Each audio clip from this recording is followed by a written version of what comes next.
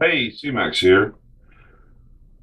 In honor of Coda Boys 32's coming out and starting to reload, we're going to do another related video.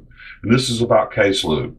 Um, Different types, why, what I do. Well, first of all, why, what, where, case lube. The original dyes were all made out of steel.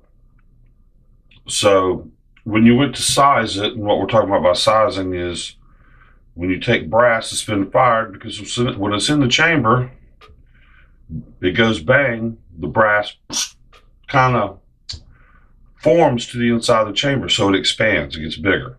Okay, that's what it does. They use brass for these because it will flex and go back and forth better than other metals are. And I'm not a metal expert, but basically that's what it is. That's why steel doesn't do it and it fractures, and that's why you can't reload steel. But the problem was when you would shove it up in the die, it'd get stuck. It would seize. So a lubricant or something to keep it slick so it would come back out was needed. Simple enough. So nowadays they have about any modern dye that you buy now will be carbide. That's what the CARB on this particular set means. Now, is the dye itself made of carbide? No. What it is there's just a ring of carbide steel inside here. What's the significance of that? Well, with the carbide, you don't have, long story short, you don't have to lube it. You can do it dry, straight in, straight out. So why the need then for any case lube at all? And you're going to get people say, well, you don't need to, I don't, and that's fine. But when you lube it, even with the carbide, the brass works easier, which could, and I don't have any proof, but could prolong case life and could prolong the dye. So even though it's a carbide dye, I recommend that you lube for that reason. Wear on the dye, wear on the brass. Now the other reason is rifle cases do not have carbides yet. Is that coming? Probably. I don't know why they really don't have them yet, but I think it's just a progression. But I like to be in the habit of you have to lube it. So whether you've got, because I have 9mm dyes that are steel, I have them that are carbide. So I don't want to, oh, well, I forgot this was the steel set and I seize one up in there. So for those reasons, I like to lube. But lubing can be time consuming, a pain in the butt, and or very expensive. So the traditional ways, pretty much of lubing was you would get a pad like this, and this is what actually came with this. This is the Hornady lube set, and basically you put this on here and you take it and you roll it around and you put it up into the press and the die.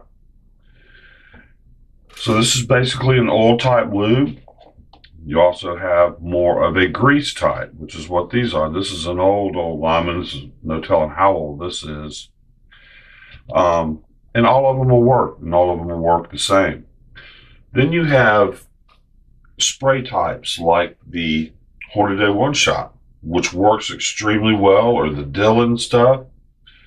But it's kind of pricey, especially the One Shot. It's pretty expensive. So I wanted to kind of go through. There's also other types. There's a wax type that you can put on your fingers, or you could put the grease on your fingers and do it like that. Just kind of gets messy. Some people don't like that and sticks it in there. One thing I have found is with the carbide dye, you don't have to do every one. So you've got a bunch of, say you've got a tub of prepared brass and you're ready to size it. What I'll do is I'll line up, I don't know, 4 or 5 of them like that and just roll them back and forth. And I'll take the first one, I'll put it in the die, in the press, boom, and do it. It will leave a small film on the inside of the die. So then I just pick up another dry one. It's easy. A little bit, feel a little bit of resistance, just slightly, and then, hey, it's time for another one. So you don't have to do every one. You can do every, every few ones. And that works fine too. But what I've found that works the best, I use a make your own, which uses, and what my understanding is, this is the same as the Dylan case lube, the spray. In fact, I watched the Dylan video and it said alcohol is used as a carrier. Well, this is just liquid lanolin, about 4 ounces. It does cost about $10, and it's kind of a pain in the butt because you can't find it around the corner, and I did have to order this. And the recipe also calls for 99% isopropyl alcohol, but that's not readily available either. And I go with 91%. It's worked fine. The other works better. That's great, but I can get this cheap and local. You can get dollar store stuff. And then just a spray bottle. Now, the reason I went ahead to do this video is I have run out. So it's time to make it anyway, and I've been wanting to do this for a long time. So I thought I would kind of go through all this at the same time. Now, the only thing that the spray lube, the bootleg, if you will, stuff is just these two. The alcohol carries the lanolin. So what I'll do is you mix it 12 to 1. So this is 4 ounces. So basically what I do is I just segment out about a quarter of it. Doesn't have to be exact. I've seen people recommend anywhere from 1 to 8 to 1 to 16. So 1 to 12 seems to work fine. So if it's a little more, a little bit less in your mixture, it's going to work fine. Now, don't go below 91%, and I wouldn't really recommend paying extra for the 99. I've had great results with these. Basically what you do, and if you want to, you can heat this up, put in, a cup in the microwave and heat this up, because as you can see, it's a little bit thick. But you just take a quarter, put it right in, dump the alcohol in, shake it up. Okay, what I found out is the container works better. I used to try to use a bag, but the container works better. I'll spray the sides, the bottom, and the top.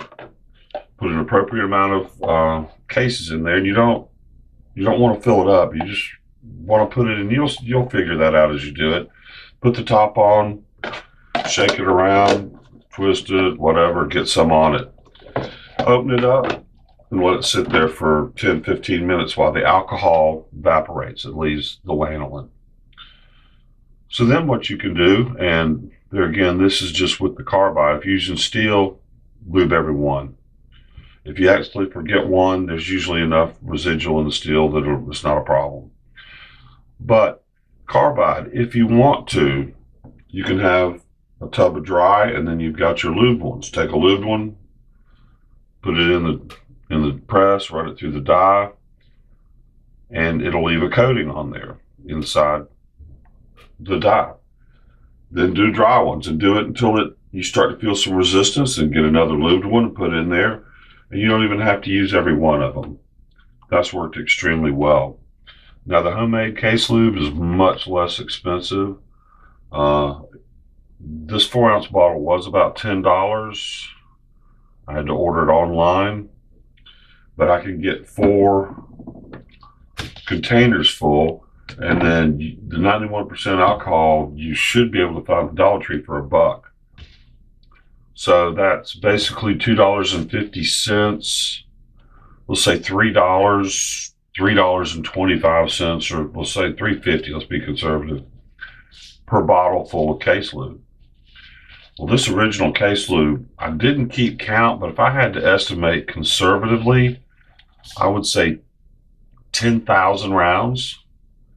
So, you know, for $3.50 for 10,000, that's very economical, and it works well. All right, well, that's going to wrap it up on this. If you have any questions, please post them down below. If you're not sure about getting into reloading, want to talk about it, I try to make my videos kind of focused more for the person who's trying to determine whether they want to reload or not, or, you know, someone who is very, very new at it. It's just basic information. Thanks for watching. Please like and subscribe. Remember the safety rules. Keep your finger off the trigger. You're ready to fire. Always know where your muzzle's pointed. Every gun is always loaded. Thanks a lot, and you'll have a great day.